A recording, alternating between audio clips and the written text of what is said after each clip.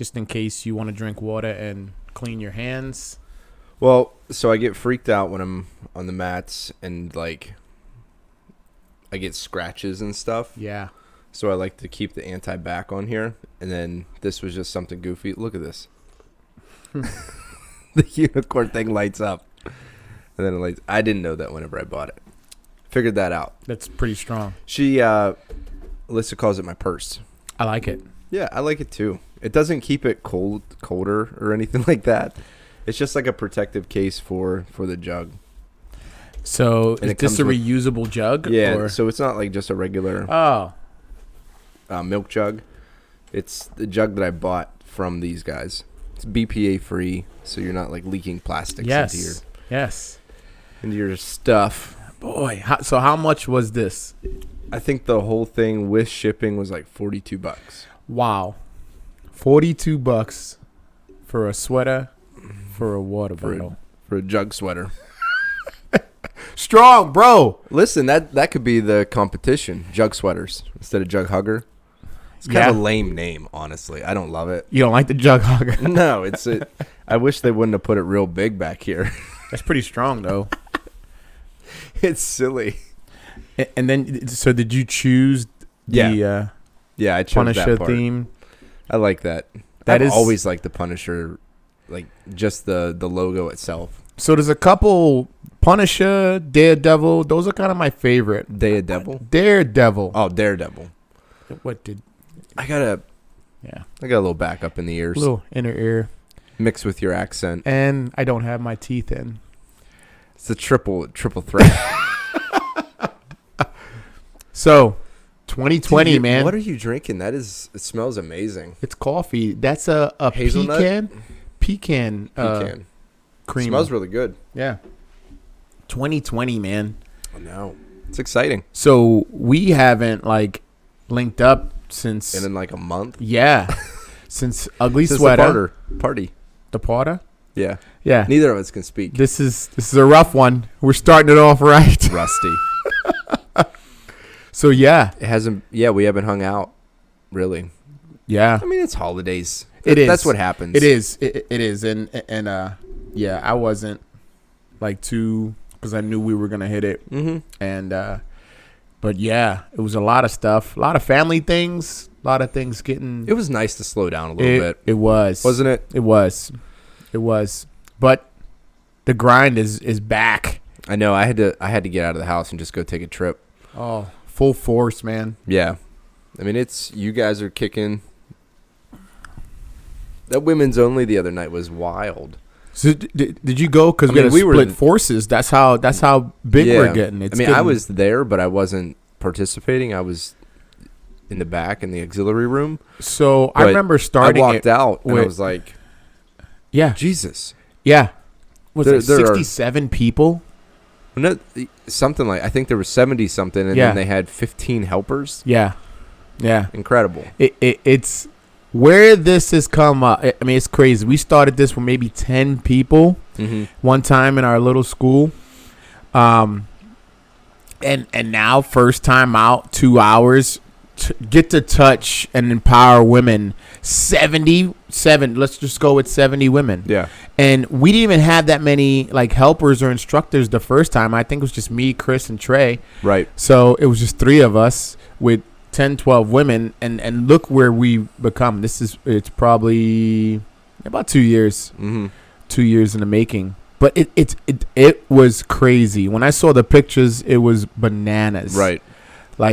And then they were all brand new people. They were people we've never touched before. Yeah. So this is big. I think people are trying to either, 1, be more empowered, 2, don't want to be a victim anymore, or just want to do something physically. Right. So the timing couldn't have been any better. Yeah. I mean, I was telling Alyssa this the other day. I'm like, as much as you're coming at it from a really good place. Yeah. Right. The tactics that you use to engage the public and to engage them in a way that's meaningful. Yeah. To bring them back in as an actual customer, it's really cool. Yeah. And it's innovative all the time. You know, it's always evolving. Yeah. You know, the women's only. I was like, you know, most of the time the decision maker in the house is the woman. Right. For all those types of activities and things like that. So you do a women's only self-defense, and it's like once you can gain the trust of kind of the leadership decision maker, it's just like any sales tactic that I use. Yeah. You know? Yeah. Not to say that you're doing it with that focus, but it mimics exactly what I do in a sales point of view. Right. Is you find the decision maker. Yeah. You gain their trust, and you make sure that you cultivate a good relationship with them and give them a good product. And once you can do all of that, I mean, they're a spokesperson for your company at that point. Yeah, I mean, our feedback, our reviews, phenomenal. They're jumping like, and they were from everywhere. They didn't just come from Grove City Hermitage. We had people driving up from up north, from the Meadville area. They were coming down. So it was just mind-boggling. People are coming from all over now. Yeah. Well, we're able to touch them wherever they're at too, not physically, but yeah. Impact. We said we were going to start saying. That's right. We're going to impact. We're going to start impacting. Quit touching people. Yeah. We're going to impact people. No more touching. Okay. It makes it weird. Weird. We see eye to eye. It's just breathing each other's air. Yeah. There's some sweat going on. It's Speaking of sweat, we got a Peloton. Bro, I saw the pictures. So I love that thing. Did you get it because of the conspiracy with the commercial? I don't know. No, it was really the whole point of it is if you think about the way that the payments are structured and things like that, you're going to pay that in a gym membership anyhow. Oh, yes. So if you can't, if you physically can't get to a gym or something like that, or you have some sort of injury that prevents you from getting to a gym, that's the way to go. No, which is why you don't have to talk me into it, bro. I saw it. I was like, that's exciting. But yeah, they're exciting, but especially for her physical therapy, man. Right. Yeah, and the classes are no joke. Really? I took a high intensity training last night. Because there's like a monitor and everything, right? I'll show it to you. It's really cool. Goodness. It's really cool. And I was thinking about it too. Like, if you wanted to, you could rent time out on your Peloton. So, like, I can come over? Yeah, like, let's say I had a, I don't know if this would work, but like an Airbnb, but do it for your... My mind is going right now. Go ahead. But do it for your Peloton. So you rent time out on the Peloton, like... Okay, you want it for 30 minutes, you take this class, and then I want it for 30 minutes, and I take the next class. And they're all pre-recorded, and you can have unlimited users on per bike and pay one membership. So, right. What about, okay, so I remember back in the day, it was like Z-Car, or this was before the Uber. It was a share riding program for cars. Like you put your time in, hey, from the hours of 1 to 3, I just go to a spot where the car is. I already paid it. They give me a code. I go in and I get that car. What year was this? This was, so I was in Seattle because I was flat broke. And if I wanted to date somebody, you had to have a car, right? Mm-hmm. So, 2002, 2003. Okay. Early. Yeah. Yeah. So why couldn't we take that same concept and do that? Okay, everybody listening now, don't try running stealing my stuff. I want to coin this thing first.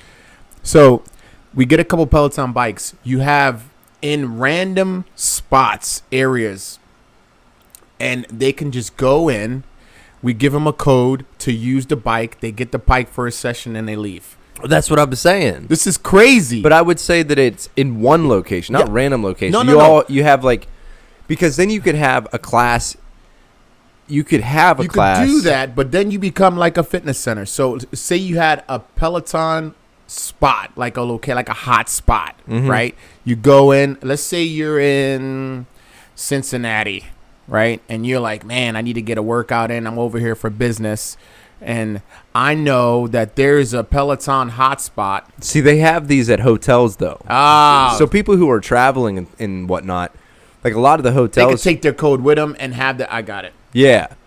So maybe it's not that unique as I thought, but it's something there. At least I can jump onto it. I can add to it. Yeah. What I'm saying is, if you already have a gym, it's a prestige thing. Like my gym has a Peloton. Yes, it's one of those. Yeah, it's that psyche that I'm trying to play off of. Is because whenever I hear my hotel has a Peloton, like I think of that hotel as being somewhere I can stay. Yeah, it's very safe. Could be high end. Probably has a restaurant. Things like that. Like that's the visual I get. So it's not like a Mercer Inn with a Peloton. No. No, you can't. They're not going to invest in it. They're not. Yeah. Right. They're not going to invest in that. Right. Mm-hmm. It was just something I was thinking of. I'm like, how many people could I get on this Peloton? Like, how many users can I have? Yeah.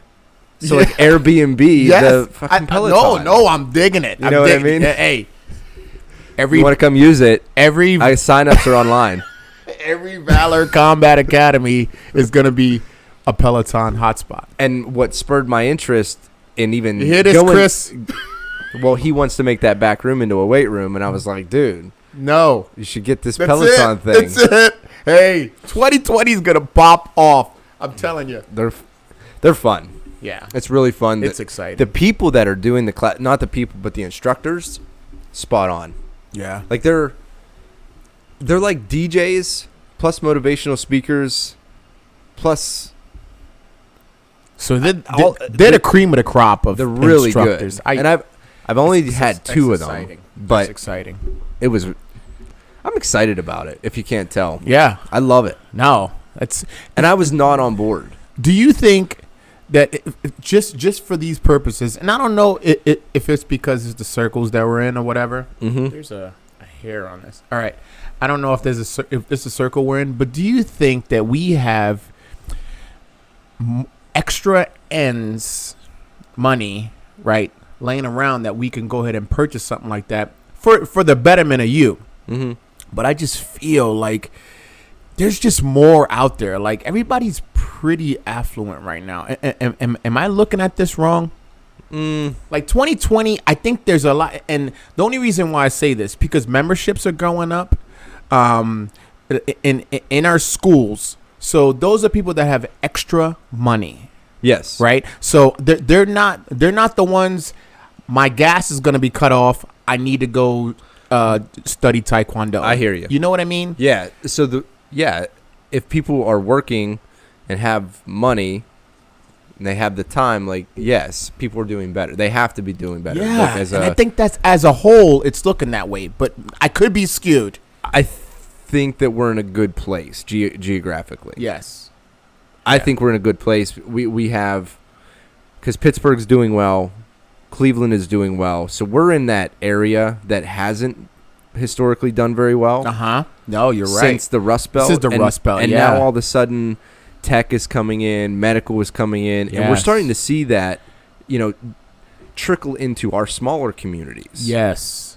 Yeah, and that the bedroom communities, the sleep havens for those bigger cities. Exactly. Yeah, and I think you're seeing that money infused into these smaller communities where bigger cities are doing well. Now, where bigger cities are not doing well, you're not going to see those numbers come up. Yeah, all around the country, I'd say it's still relatively similar. Yeah. So you think we're in a better? I think we're in a good geographically spot. Yeah, I mean, even as United States go, and granted, I don't have any statistical basis to this, but we could just be secluded to just our region that we're doing pretty well. I just think, because you talk to other people in different areas. Social media has made us smaller as far as communication wise goes. Like I can see what's going on in Europe. Yeah, the reach is longer, so it makes our. Yeah, so and everybody knows everything. Right. So the information overload's crazy. So, but it's kind of funny because there's things that are going on in this world. Because 2020 came in with a bang. So we had we had literally we had a freaking a boom. We had bombs go down in Iran. We had wildfires going on in Australia. We got earthquakes going on in Puerto Rico. Big ones. Like they're losing power again. Let me ask you. Go ahead. Has it always been happening? And, like the earthquakes and all of that and the fire, you know.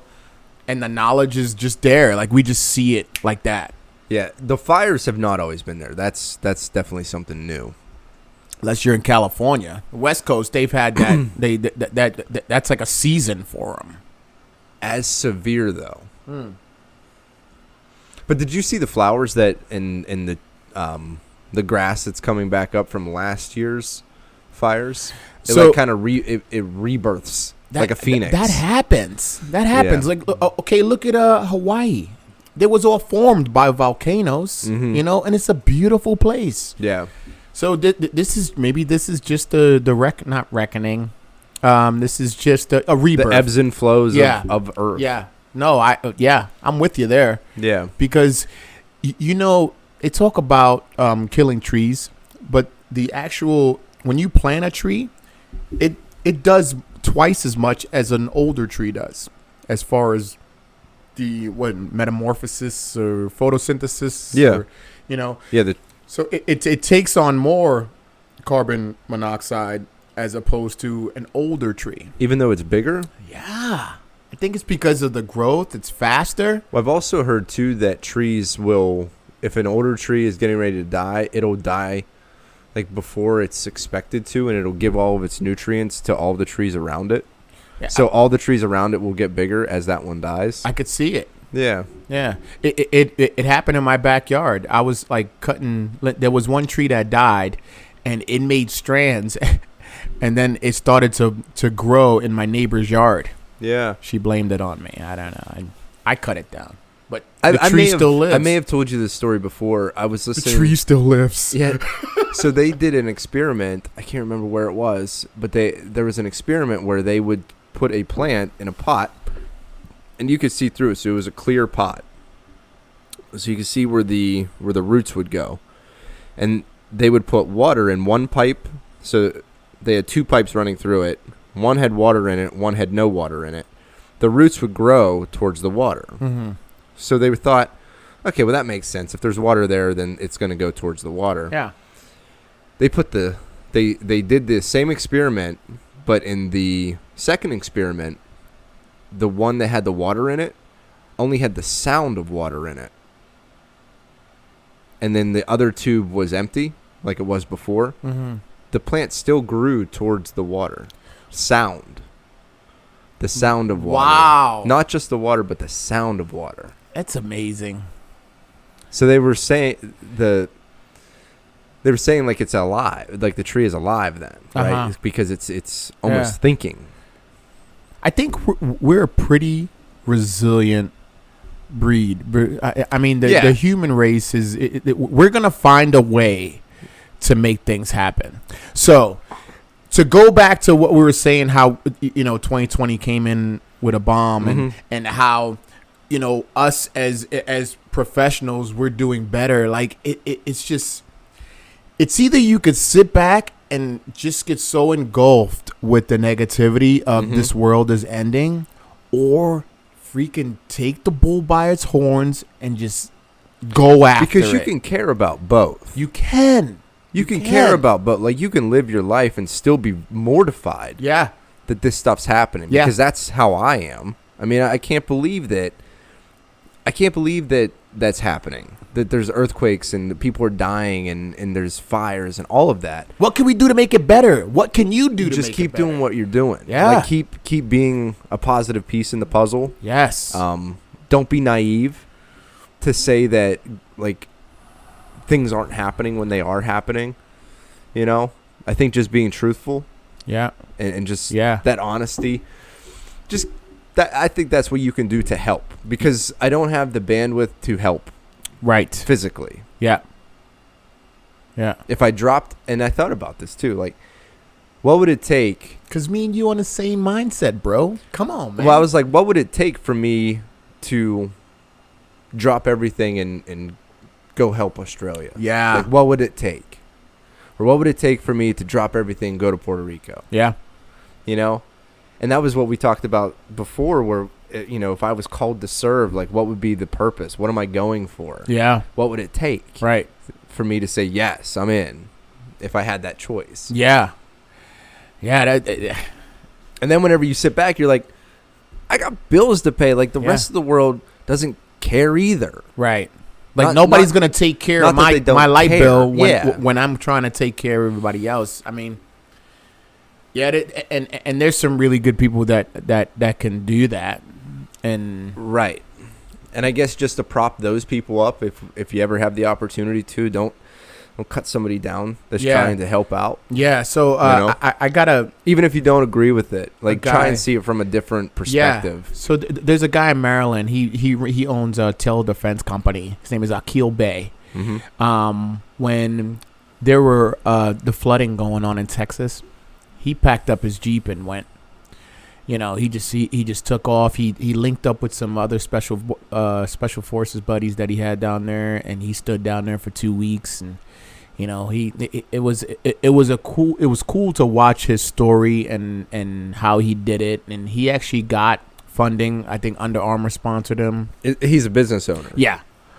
Under Armour sponsored him, and you know, he had some help from the community and just went down there. He just packed up. He had a 4-door Jeep, packed up. Akil probably doesn't listen to this. But. Well, it'd be cool. It's also cool that, you know, as a business owner, you've put in enough work and you have the flexibility now where you can take that time and go help. You know, that's not everybody's in that fortunate situation, and good for him. Yeah. And that's what I'm saying is like prop these people up. It's like, oh, it must be nice to be able to take time off. No, like he's worked super hard to get to where he's at. He's got some flexibility. Let him do that. Yeah. You know. Yeah, talking about the that. jealousy stuff. It just needs to stop. It's there. So there was a cool meme that I seen. It was talking about there was a heavyset person in the gym, and this is laughing at a heavyset person in the gym, and I can't remember the rest of it. You know, but it's just it's sad. Because I know people will see this person, let's say, running along the side of the road. Man, look at that fat ass running along the side of the road. My man, he's getting up. What are you doing? You're driving by. I love it. Putting freaking Doritos in your mouth as you walking by, trying to make fun of this cat. Like that mindset is horrible. Yeah, horrible. Absolutely. But those are those people. I clap every time I see somebody like that running. I actually clap. You can ask my wife. What are you doing? I'm like, get it, man. He's putting it in. Get it. He's putting it in. Because it freaking sucks to be that way. Yeah. You know? You don't. The more negative and shitty you are to people, that's what happens to you. The mindset of that person, too. I mean, gosh. Like, he or she's probably feeling that anyway. They're feeling that weight. They're feeling that they people. Think all the eyes are on them. Yeah. Because they are heavy. They don't fit in. Right. Yet. Yeah. And when it comes to fitness instructors, if you're up there and like your body is like a wonderland, right? And you're trying to help people, you can tone that down a little bit instead of trying to look like you're beautiful and have them look at you like, ugh, you know, look at this person. Like I think there's really? Something. Yeah. Tone it down. What do you mean? How are you gonna tone it down? So say you have 6-pack, right? And ladies, right? Got the yoga pants. Like their butt is beautiful. Their chest is right where appropriately supposed to be. They got the abs, and they're just flaunting it. They're just putting it out there. Like, I'm gonna wear this skimpiest thing that I can, and try to motivate you to do what I do. Do you think that's a good thing to put out? Yes. You do? Yeah, 100%. Oh, I don't. Yeah, I think 100% it's fine. I don't. I know a really good. If it's on product, like if it's your persona to be that way, yeah, 100%. Be you. Yeah. You just got done telling me about a guy who wears sweatpants and stuff like that to business meetings. Yeah, you can't have it both ways. Yeah, but that's a guy that's being humble. How is that person being humble?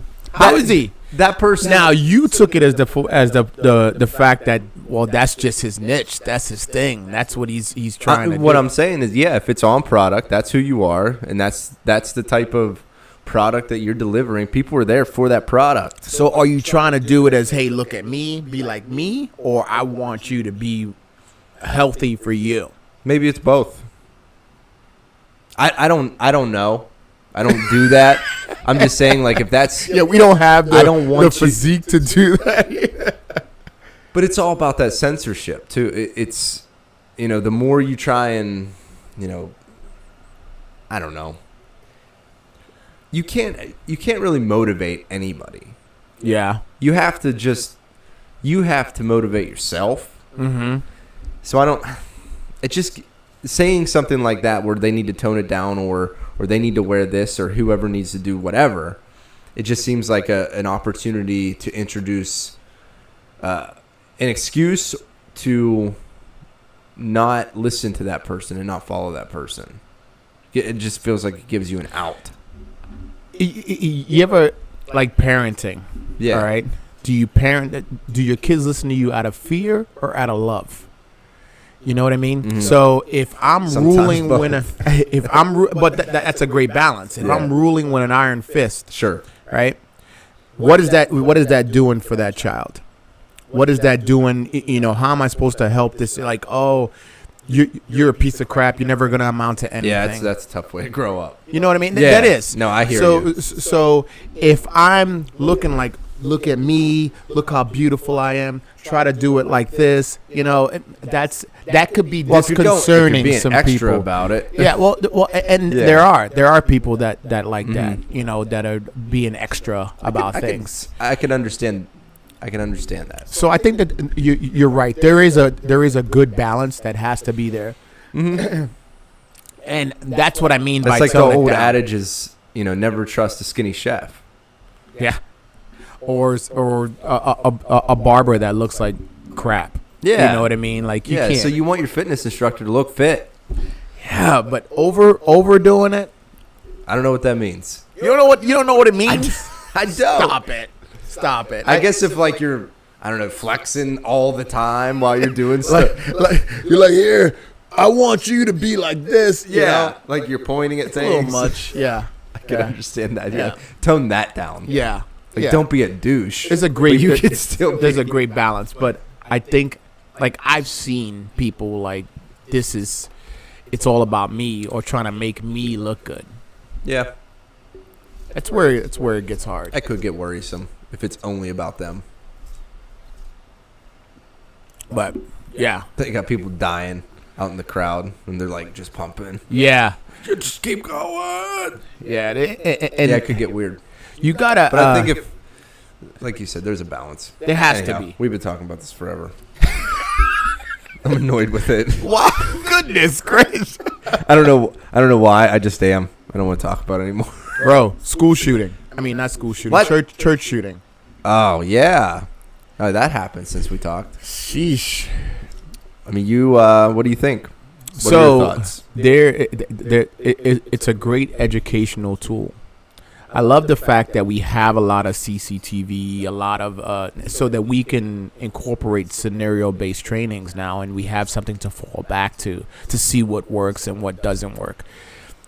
I try not to go too much into it because people lost their lives, and I don't want them to be like, well, they did something wrong. So I want to accentuate what could we have done better, or how could those things be prevented, Mm-hmm. So on Friday, since I wasn't at the Women's Self-Defense Seminar, we're helping out a safety team for a church.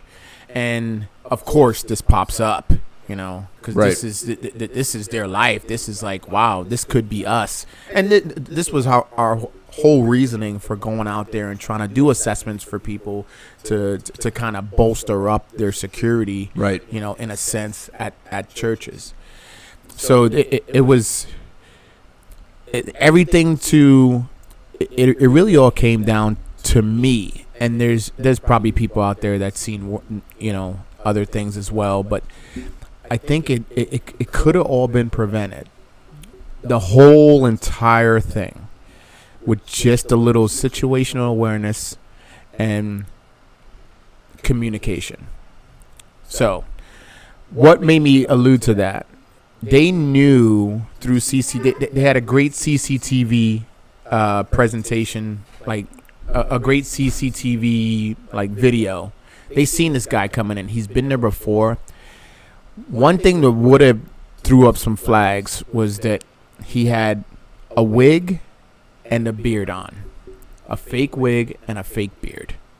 So, one, mental health, but I don't know if they stood away from it because they wanted to give him they wanted to give him some space. Maybe it was something wrong. But what do you think could have been something that you would do in that situation if you would have seen that, you being a greeter at a church? That he was wearing he was wearing a wig and a beard. He's coming into your establishment. You know, it's just you just probably keep an eye on him. Keep an eye on him. I would have walked in. It is strange, but it was something that was really set off an alarms immediately, right? So if you're trying to create good relationships and good communication amongst your parishioners, the people that are coming in, go and talk to him. Hey, how's it going? Is there anything I can help you? Would you like some coffee? Start to engage this person into some conversation as opposed to sitting back and saying, okay, there he is right there. You know, if they would have came up to him and be like, hey, is everything all right? Blah, blah, blah. You know, just engaging in some light conversation, you could have seen his level of intent. Okay.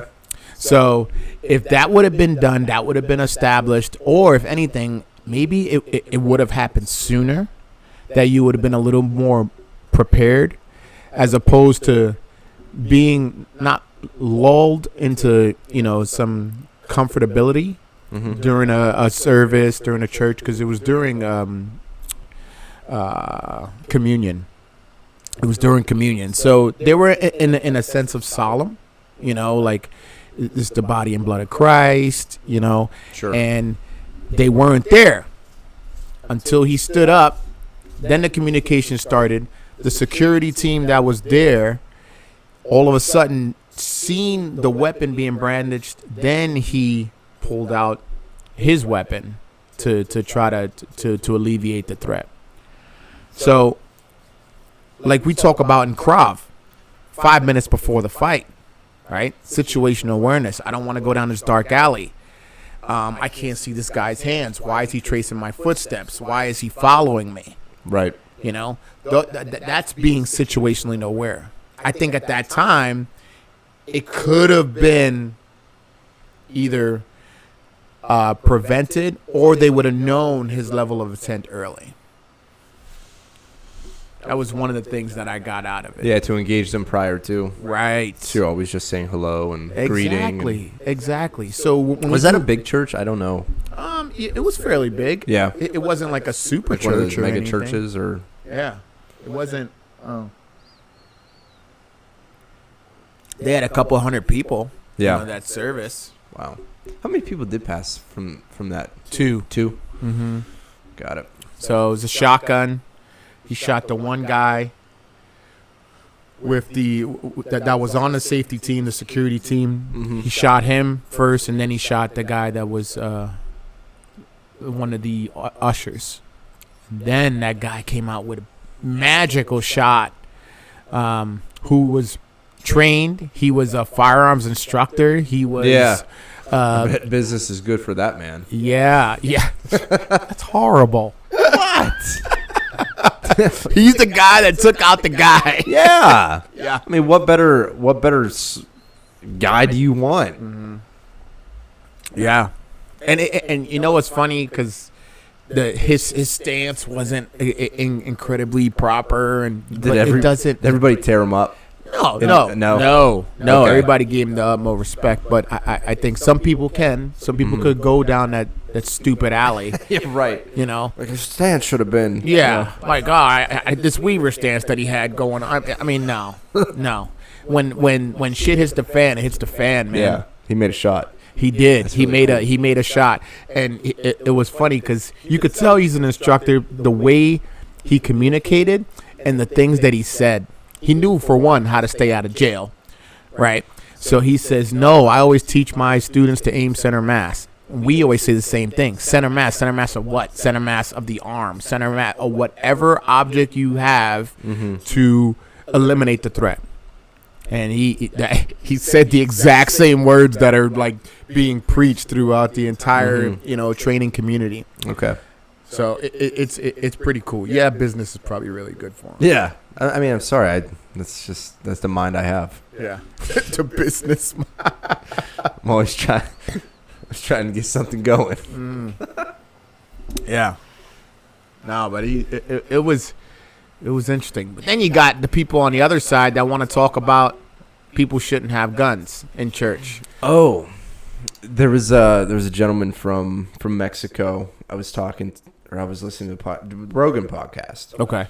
And he said, because Rogan goes, well, what do you like about the United States? Why do you want to come up here? Why do you want to be a citizen? And one of the reasons why was the Second Amendment. And I had no idea in Mexico there's one place you can buy a gun legally. It's in Mexico City. There's one gun store in all of Mexico. Business is good. Business is good. So what does that leave, though? It leaves a huge void in a black market. Oh, yeah.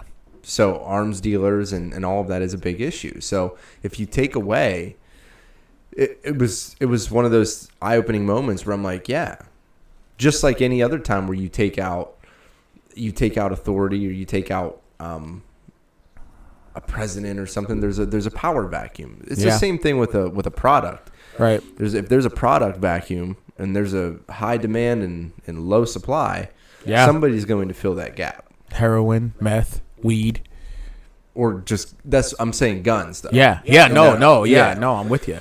But it just struck me. I'm like, what? I figured everybody would have something where their people could have weapons to defend themselves, and they do, but it's very limited. So it's very much based on class or where you're at in the pecking order of society. Because if you can't travel to Mexico City in a plane or wherever and have that expenditure plus the time to go buy it, and then it's probably an elevated price. Oh, of course. There's only one place to get it. You're getting gouged. Yeah. No doubt about it.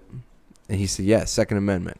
It's a great thing to have. You're legally able to defend yourself, right? And what better way, to not increase more victims? Yeah. I don't know what the right answer is, though, sometimes. It's like I definitely don't want everybody to have one. It's so crazy to think about some people having a weapon, just because you know who they are, and it's like, man. Yeah, but so one of the politicians that's currently running for president, he said it's nice that he was able to eliminate the threat, but you can't just have people willy-nilly having guns. He could have called the police. Oh man, no. Yeah, I mean, what? There have been a lot more deaths. Yes. So politicians, people that are affluent, have bodyguards, right? They have people there with them continuously. They don't have to worry about the threat of somebody harming them because they have somebody right there. Police are not bodyguards. The small town that I live in, there's probably 2 cops on shift every night. And there's probably, about 250,000 people in this little town, So do you think that he can go to everyone and try to protect everyone? No. They're responders. They're not protectors. They're not first protectors. They're first responders. Right? So they're there after the fact. That something has to be initiated. Yeah, we're violent creatures. Yeah, and people are always looking to victimize someone else. That's all there is to it. We're violent creatures. Simply put, we need to protect ourselves from one another. Yeah. And not all the time is that going to be with our hands. It sometimes needs to be with a weapon. Yeah, but we don't eat. We don't eat with our hands anymore. We have utensils. Right? Same thing with protecting yourself. Yeah. Or just having the education of what to look for or what not to look for. Yeah, the early interceptions are key. We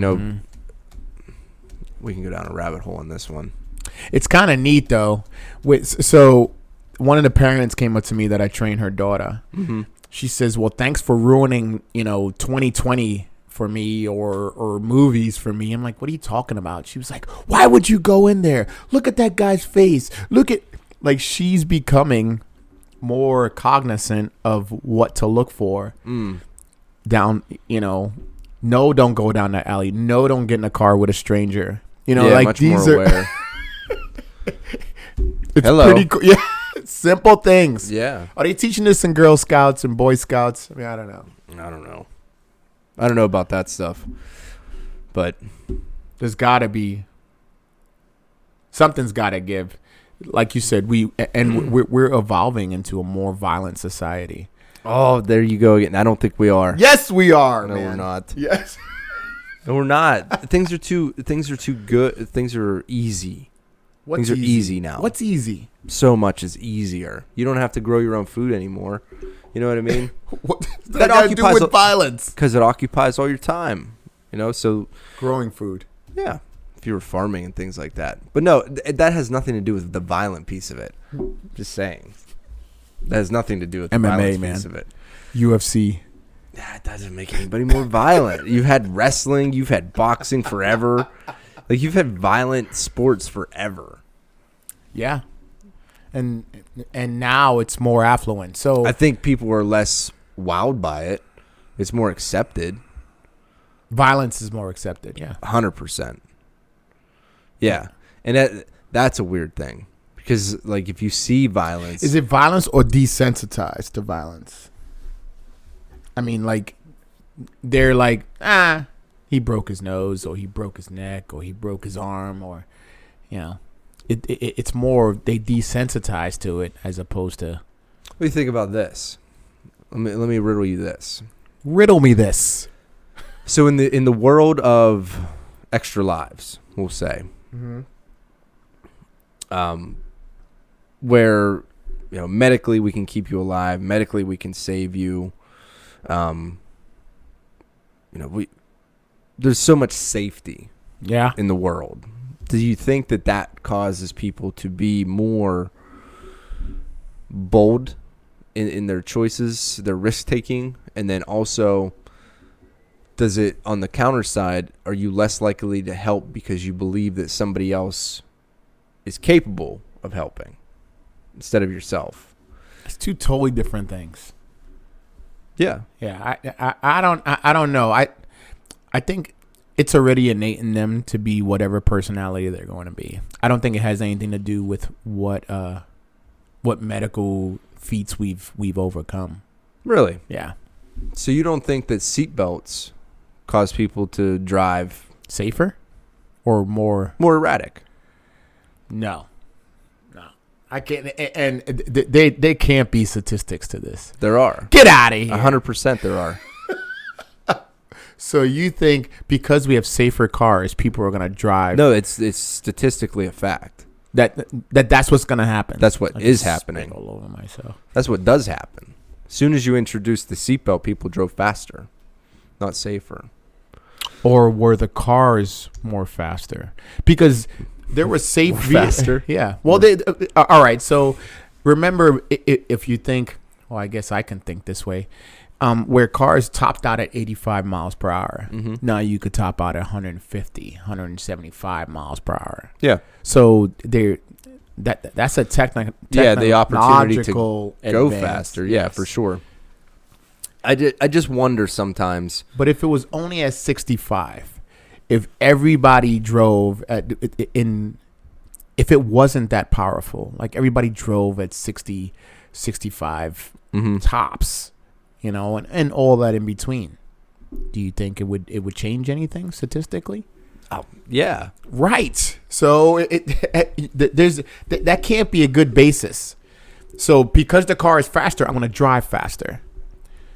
No, because it's safer, you're going to drive faster. I don't believe it.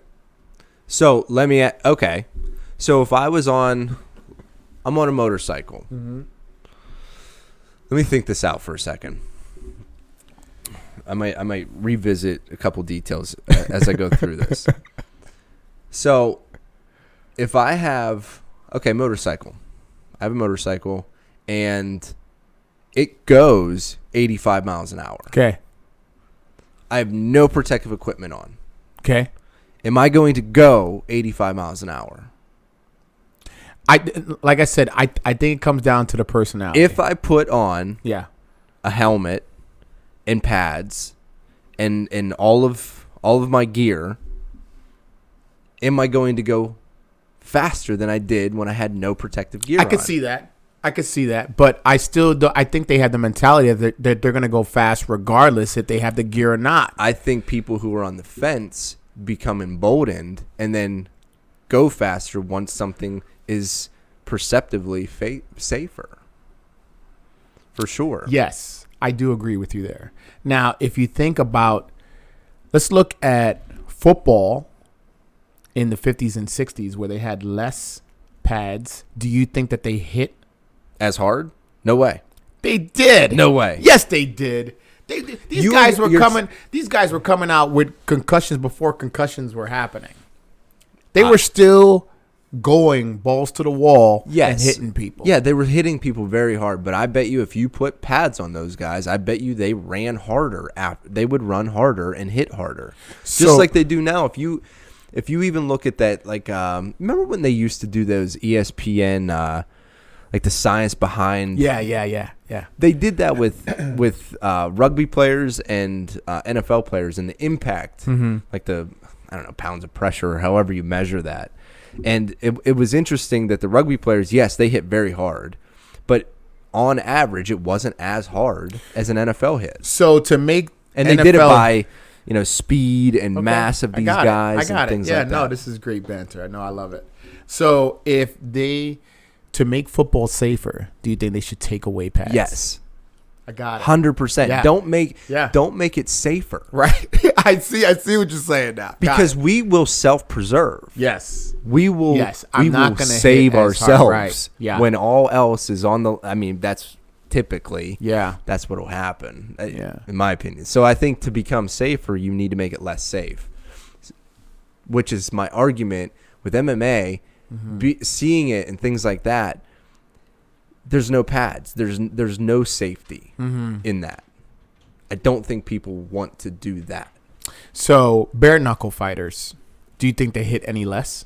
Did you think they hit any fighters? That I think that's just a different mentality. That's different. That's not general population. So I'm talking mass.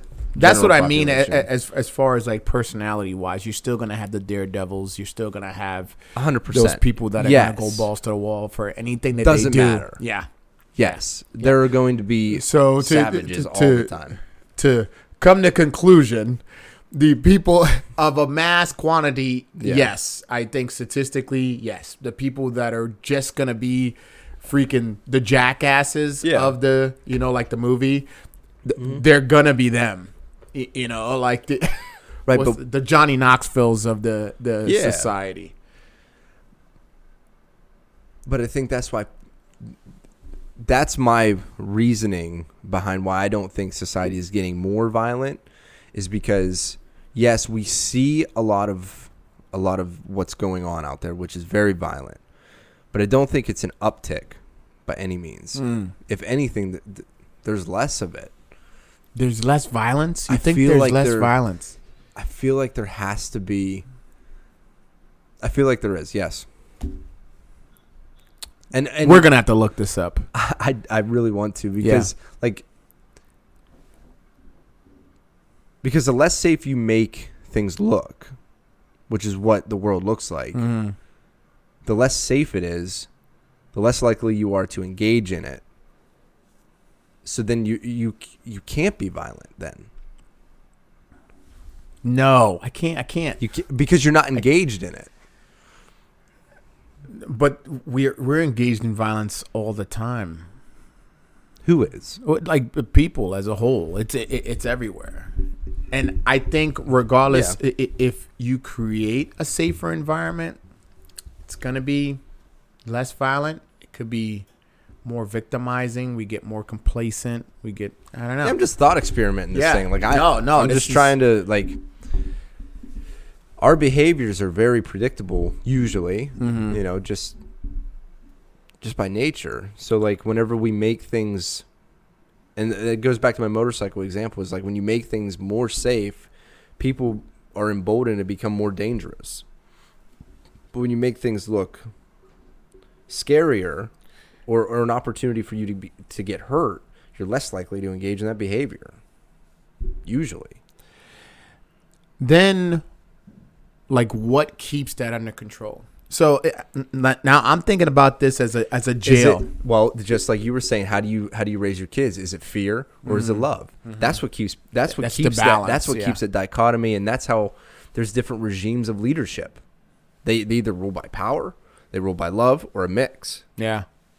That's how you control people. Yeah. I think we have to have some sense of insecurity to keep us in an elevated state. All right, perfect example. So a jail, let's say it's a minimum security prison, right? You got a bunch of people that are working at that jail that nothing ever happens, so they get lulled to sleep until something happens. Are they ready? Are they prepared to protect themselves or everybody else that they're under? You know, so you have to have some sense of insecurity. You gotta have, because that's gonna create. Okay, look, I gotta be aware of this certain situation because of the probabilities that it's increasing. So is that insecurity? I'm saying not insecurity as like a personality. I'm saying insecurity as like it's not secure. Everything's not 100% in here, or could be, or could go to shit. The probability, exactly. Got it. Understood. Yeah. Just being aware of. Yeah. So I think you have to have that tinge of, all right, look, this is still a jail. These guys are still here to be violent. Yeah. And I mean that's the whole thing behind getting mugged or something like that. Like somebody comes up to you, if you work in pairs, somebody comes up to you, let's say it's a woman, which has happened countless times. So a woman comes up to you, it's like, hey, how's it going? Like starts touching your arm, and all of a sudden, wham! Yeah. Some guy whacks you, You're not aware. Right. So I definitely get down with that. That awareness is key. Yeah. Early interception, all of that. Which is why, like, it just scares the hell out of me. People on their cell phones all the time with their head down and not paying attention to what's going on. It makes me insane. Yeah. Like you don't even realize how soft of a target you are by just not being engaged. Mm-hmm. Yeah. I mean, you can go sit on your phone once you get to wherever you're going, and that place is relatively safe. But like, as you're getting there, can we not like walk with that? I mean, what's the difference than somebody reading a book? Nothing. Yeah. But you don't see people reading books as they freaking walk down the road. It's true. Who does that? Yeah. I've never seen somebody do that. Reading a book. That's ridiculous. I used to see people read papers as they're driving. As they're driving, yeah. I've seen a lot of crazy stuff while people are driving. That's a goofy thing. Yeah.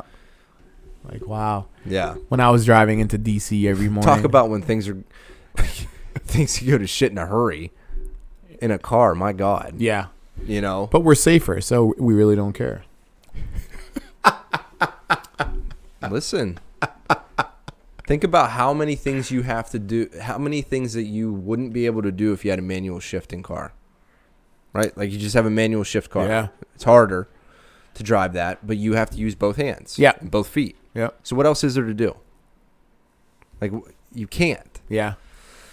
But then this is actually so you make it safer by putting an automatic transmission in it. Yeah, make it, and then you got those sensors that let you know when a vehicle's coming. Right. So now I've taken all the decision-making power away from me, and I've given it to the car. So what do I have to do anymore? Read a paper. I have zero skin in the game. Yeah. And it goes back to like you have to have some level of awareness while you're engaged. I think you have to be present. Insecurity is the wrong word. You have to be present. Yeah.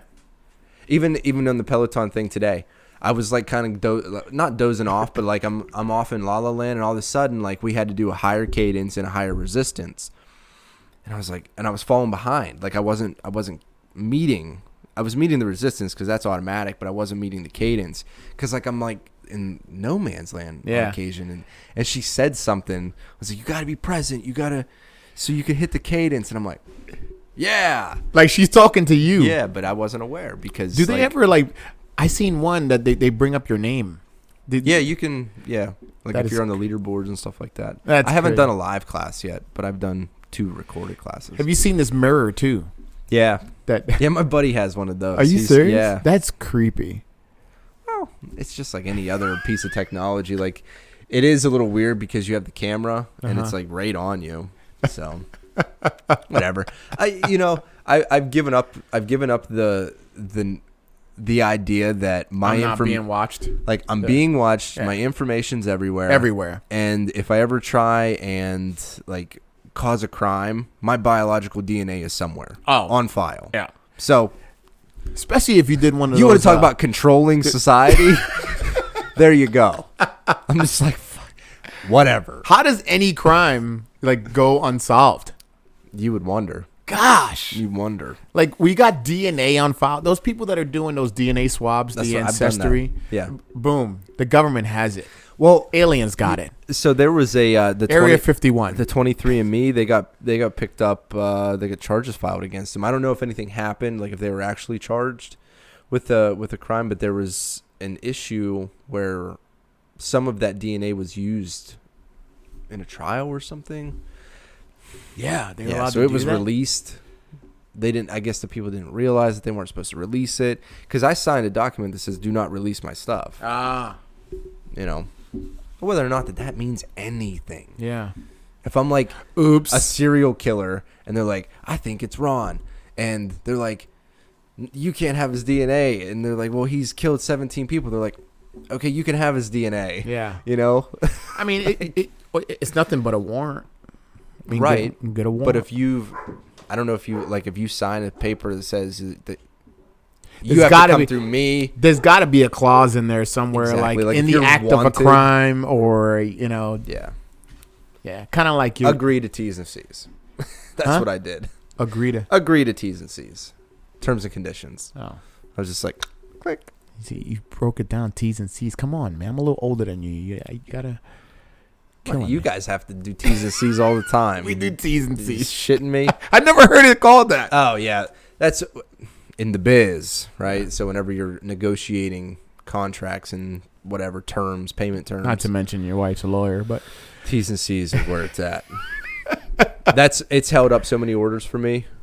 Yeah. Yeah, terms and conditions. I'm not even able to bid on certain projects because of T's and C's because we won't maintain the liability on the project. Like some of these companies get very bold with their T's and C's where more or less, if you want to work with us, great. We'd happy to have you. But if anything screws up, it's your fault and you got to fix it. And no, we're not going to pay for it. Like that's some of the terms. Wow. And we're like, we're done with you. But they'll slide that in there. Yeah. And they do. They do, especially with contractors. But I'm getting off topic. Yeah. I don't even know what the topic was.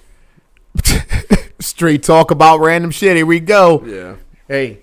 I am excited to get back on a regular schedule. I'm excited. Yeah. For 2020. What resolutions you got running? I don't do resolutions. No? So it's something that I've really been, I'm trying to get more organized.